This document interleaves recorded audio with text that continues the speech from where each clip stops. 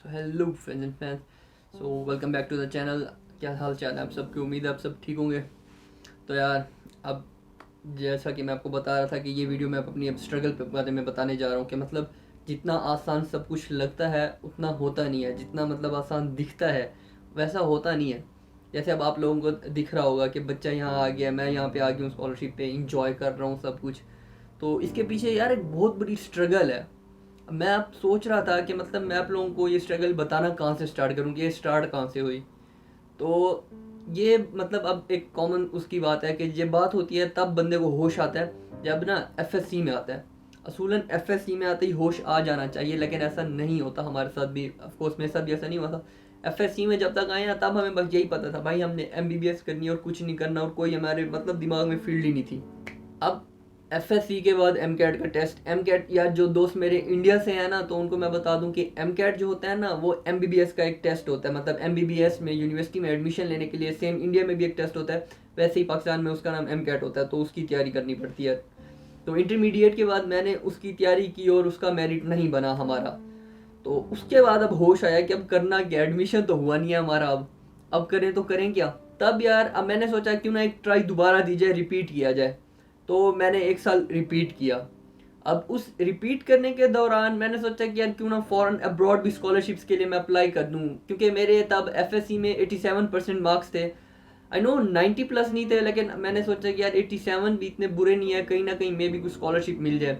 और of course confidence मेरे पे बहुत ज़्यादा था, बहुत ज़्यादा था। तो मैंने लगा कि यार मैं अप्लाई कर दूं, अप्लाई करने में क्या जाता है, अप्लाई तो फ्री है ना स्कॉलरशिप्स का।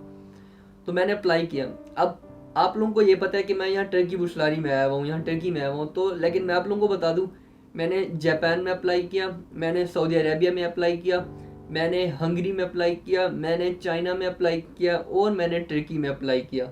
मैंने 5 कंट्रीज़ में अप्लाई किया था, जिनमें से जाके मुझे टर्की ने सिलेक्ट किया था।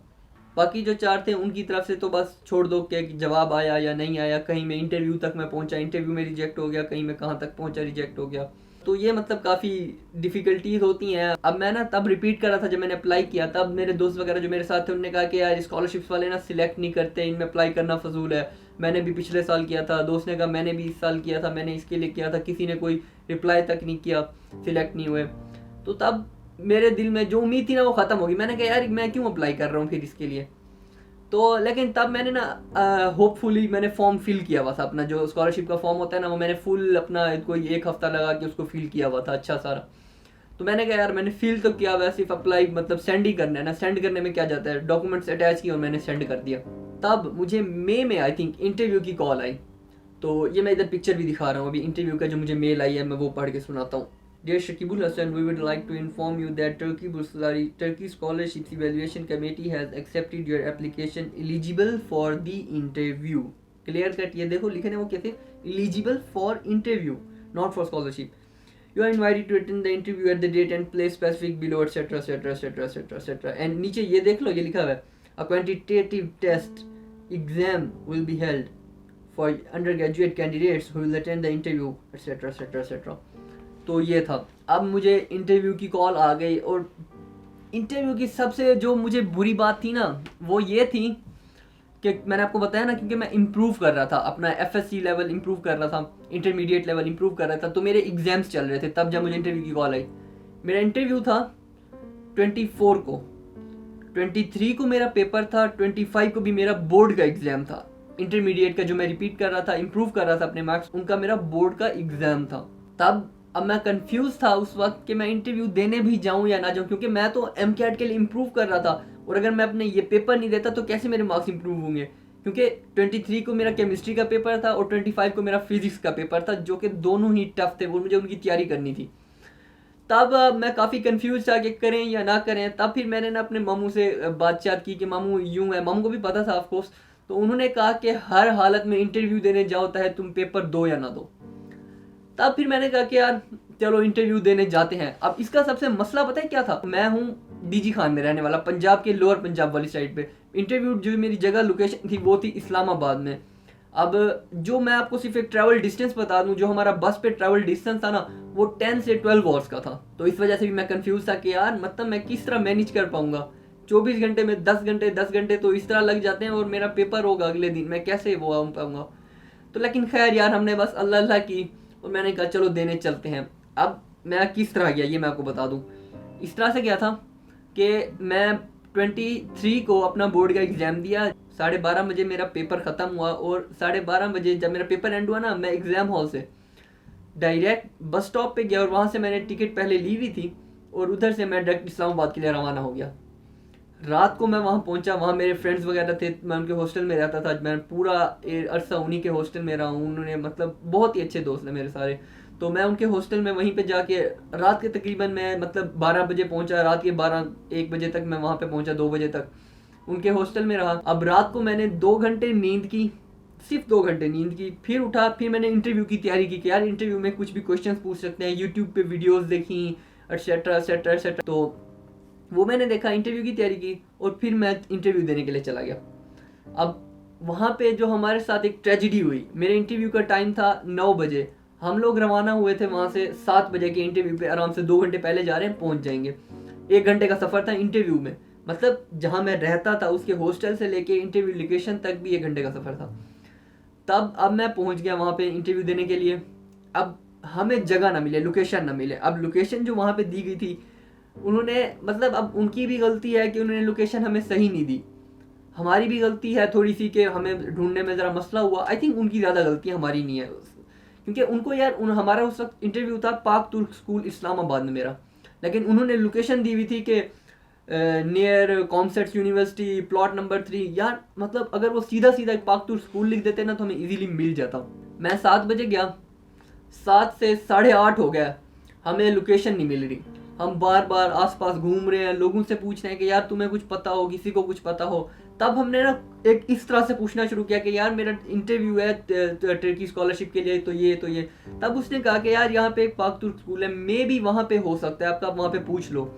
8:45 हो चुके थे, 9 बजे मेरी इंटरव्यू टाइमिंग थी, तो हम फिर उस तरफ गए और उस वक्त ना लिटरली मतलब मैं रोने वाला था, ऑलमोस्ट मैं रोने वाला था, क्योंकि मैं अपना पेपर अपना रिस्क में डाल के इस इंटरव्यू को देने आया था और मैं इंटरव्यू में रिजेक्ट होना अलग बात, इंटरव्यू तक पहुंच ही नहीं पा रहा था, इंटरव्यू लोकेशन तक।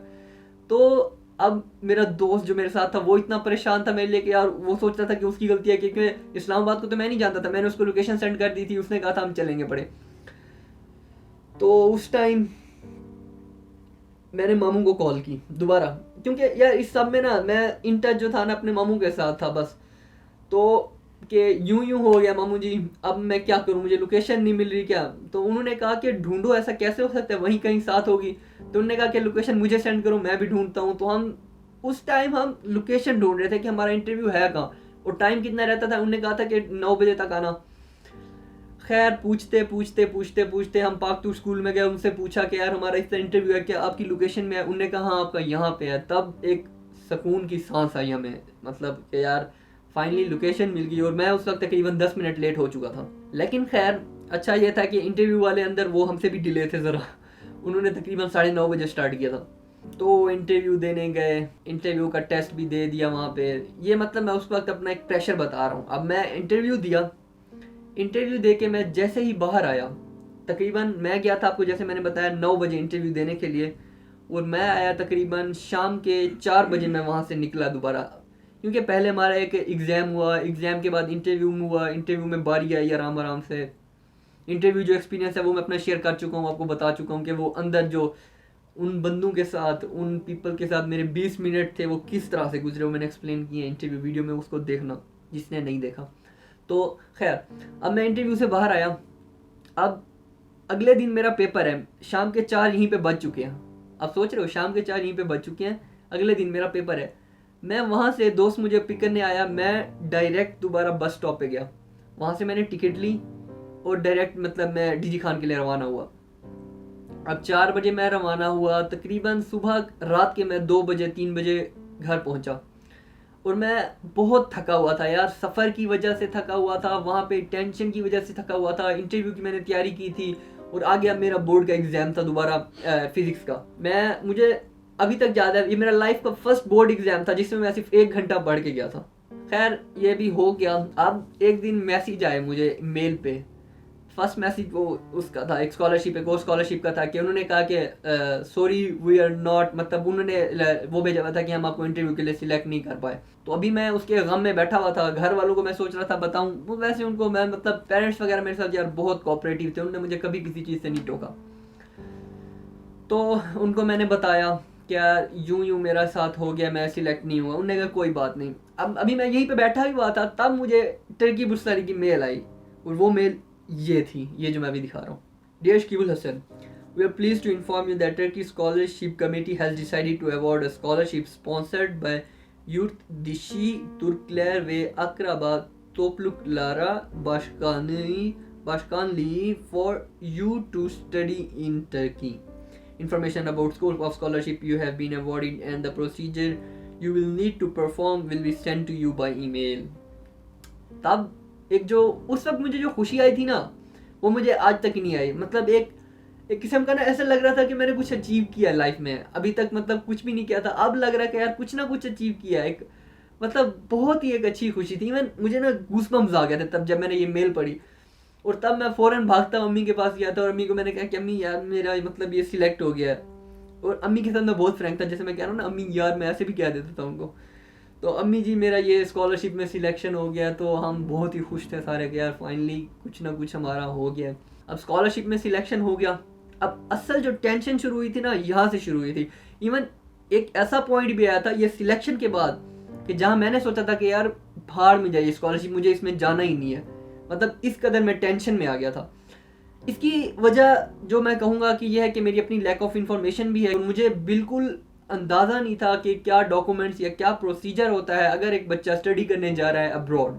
मैंने पिक्चर्स बनाई थी लेकिन वो मेरे से डेल हो गई। सिर्फ एक मेरे पास है मोफा की, मिनिस्ट्री ऑफ फॉरेन अफेयर्स की, जहाँ पे मतलब जिस लाइन में हम लगते थे और तब जाके वो काम होता था। मतलब एक दिन आपका एक डॉक्यूमेंट अटैच कराने में मिनिमम 1 से 2 दिन आपके लग जाते थे।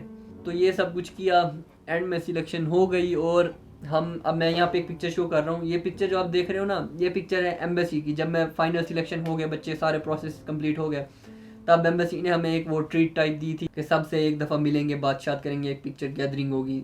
एक गैदरिंग अरेंज की थी, तो उसमें भी हम गए थे। ये पिक्चर उसकी है। इसमें मैं भी यार एक हूँ जगह पे, कहते हो मैं जूम करके दिखाता हूँ, बल्कि जूम करके दिखाता हूँ, इतना सा मुँह मेरा नज़र आ रहा होगा लेकिन मैं दिखाता हूँ। ये है, ये जो 2 गुलाबों के बीच में आपको मासूम सा चेहरा नज़र आ रहा है, ये टर्की के लिए हम रवाना हो गया। टर्की में एयरपोर्ट पे ट्रेजेडी हो गई थी क्योंकि फर्स्ट एक्सपीरियंस था यार एयरप्लेन में सफ़र करने का, एयरपोर्ट का। तो मैं यही कहूँगा कि यार बंदा हार ना माने। जैसे मैं हार चुका था एक किस्म का, मैं कहूँ ना, जब MCAT में मेरिट नहीं बना तो सोच रहा था कि यार क्या करेंगे, अब मेरिट नहीं बना। बंदे के दिमाग में कुछ और होता ही नहीं है, बंदा फुल फोकस होता है कि यार मैंने मेरिट बनाना है, बनाना है, बनाना है हर हालत में। और जब मेरिट ना बने फिर बंदा कहता है अब क्या करना है, अब तो कुछ और है ही नहीं करने के लिए। तो मैं आप सबको कहूँगा कि यार आप करते रहो। मतलब आप स्कॉलरशिप्स में अप्लाई करो फॉरेन। जैसे मैंने सिर्फ टर्की में अप्लाई नहीं किया, मैंने आपको बताया मैंने 5 डिफरेंट कंट्रीज़ में अप्लाई किया था, इसमें जाके मैं सिलेक्ट हुआ हूँ। नो पेन नो गेन, ये याद रखना आप लोग। तो बस मैं यही कहूँगा, कोशिश करते रहो। कभी मैंने भी ये नहीं सोचा था कि मैं इस तरफ टर्की में आके बैठा पढ़ रहूँगा और इवन ये यूट्यूब चैनल शुरू करूँगा। आप मतलब कोशिश करो। अब मैं अगर उस दिन मैं इंटरव्यू के लिए अगर ना जाता तो क्या मैं यहाँ पे होता, क्योंकि मैं तो जा रहा ही नहीं था इंटरव्यू के लिए अपने पेपर को रिस्क में डाल के। तो बस पैवस्तर है शजर से उम्मीदें बहार रख। खैर लाइफ आपको बहुत कुछ सिखाती है, बहुत एक्सपीरियंस अभी भी आगे करने को है, इससे भी ज़्यादा लाइफ में इंशाल्लाह आएंगी और कामयाबियाँ और स्ट्रगल बस जारी रखें हम भी आप भी। तो यार वीडियो को लाइक कर दो, जिसने अभी तक सब्सक्राइब नहीं किया चैनल को तो कर दो। Love you all.